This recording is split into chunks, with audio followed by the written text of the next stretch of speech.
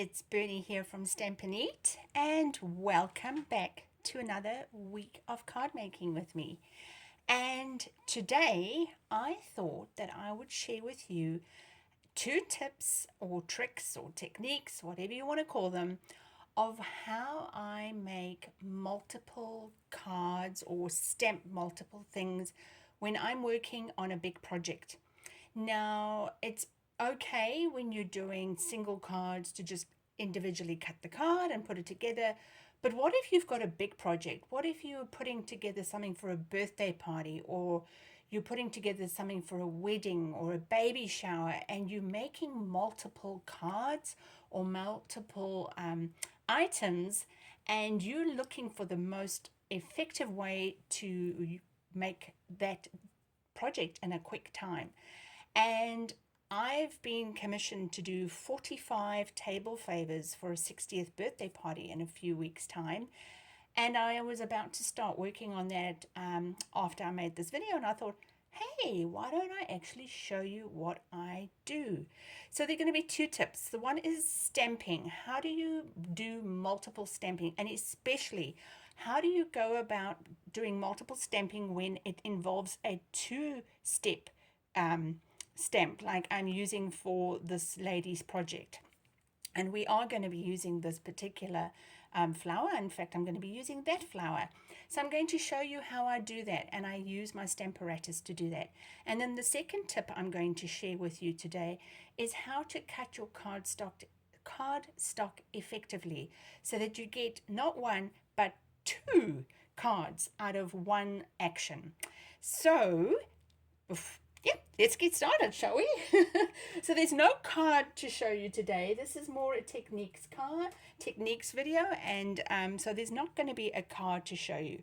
So the first thing I always do, and especially if it has a die, is that I use the die and I cut out, and in this case it's going to go this way around. I cut out, in this case I need two, so I cut out two different flowers in the orientation that we're going to stamp them, and this is going to become my mask. So that's the first step.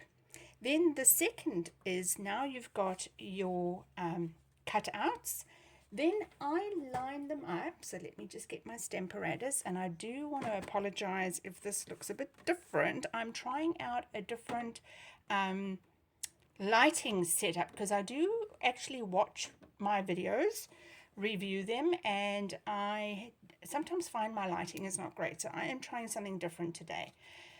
So once I've got my mask, and especially in a two-step stamp like I'm using, I label it black and Cajun.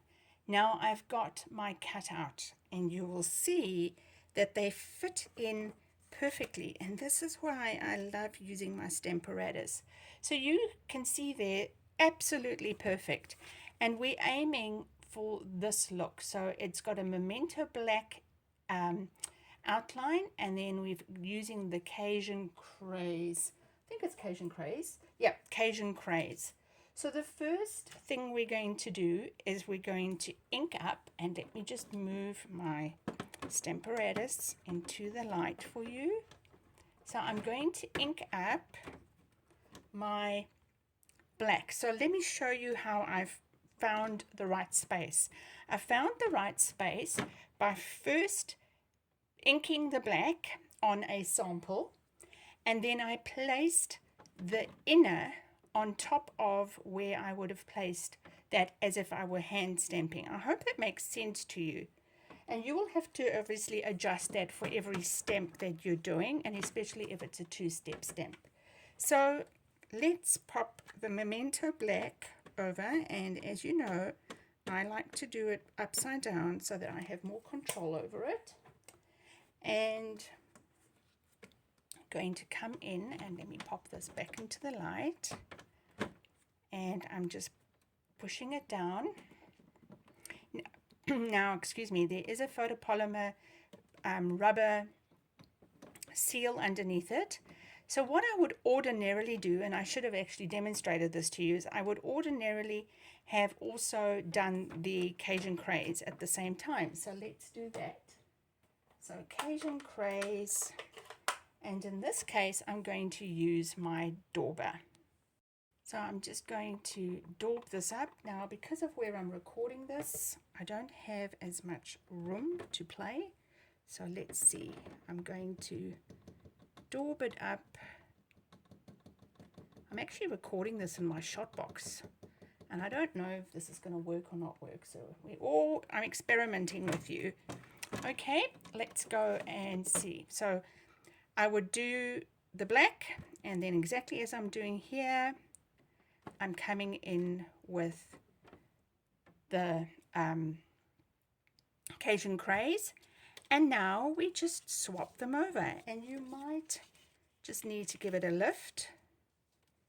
So pop it in there, pop it in there, and do just make sure that they go in like that, and then we just repeat the process.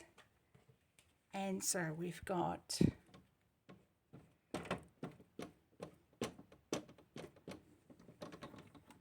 Cajun craze, Memento black. Okay, just making sure this light is not a problem. And we've got Cajun craze. Just make sure I'm daubing that enough. And that one goes over. And that's a good sign. So I've got that released, and the ink is still a little bit wet on that one. But there we have 2 flowers done at the same time. So 2 flowers, I've got 45 of those that I need to do. So that will save me a huge amount of time, instead of having to individually stamp, well, still individually stamp them, but I'm doing 2 steps at the same time. So that's the first tip that I wanted to share with you. The second tip involves cutting cardstock. So when you have a lot of cards that you need to cut at the same time, like when I do my retreats or my card preparation for my card classes, I'm cutting 15 or more cards at the same time. And so the trick that I like to do is the cardstock on the short end, I take it into my paper scorer and I take it at 4 1/8 of an inch, because you know I'm always telling you that's where I score it. Now my scoring blade is broken and I'm just waiting for a replacement. So I just score it at 4 1/8, and then I turn it around and I cut it at 5 1/2, which is where I have my card. And I cut this one at 5 1/2, like that. And with 3 steps, I have created 2 card bases without having to double score them. I don't think you can see it in this light, but the score line is exactly right where I want them.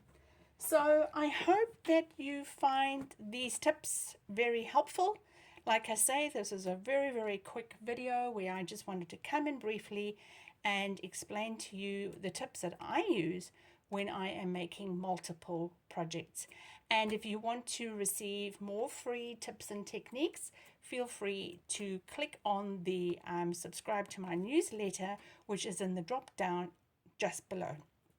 So thank you so much for joining me this week, and I hope that you have a very creative week. And remember, until we meet again, to stamp, eat, sleep, and repeat. Bye!